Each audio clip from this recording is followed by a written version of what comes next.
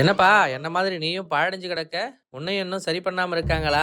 ஆனா நீ வேறையாம்ப்பா. ஆட்சியில உட்கார்ந்த உடனே சொத்து வரியை இஷ்டத்துக்கு ஏத்திட்டாங்க.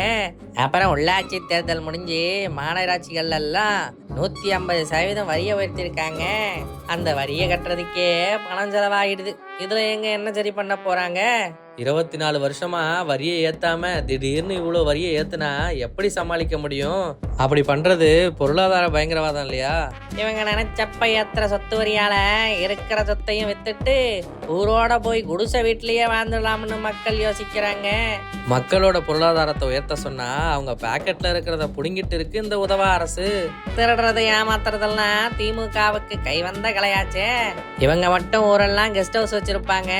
ஆனா நம்ம ஒருத்தங்களை வச்சுக்கிட்டு அதுக்கு வரி கட்ட முடியாம மக்கள் படுற கஷ்டம் இருக்கே, ஐயோ பாவம்யா.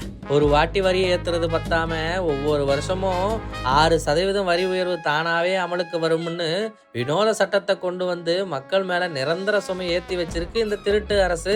வருஷம் ஏறுற சொத்து வரி, பால் விலை, மின்சார கட்டணம்னு ஏகப்பட்ட சுமையால சொந்தமா நம்மள வச்சிருக்கிறவங்களே வாடகைக்கு இருக்கிற மாதிரி ஃபீல் பண்ண ஆரம்பிச்சுட்டாங்கப்பா.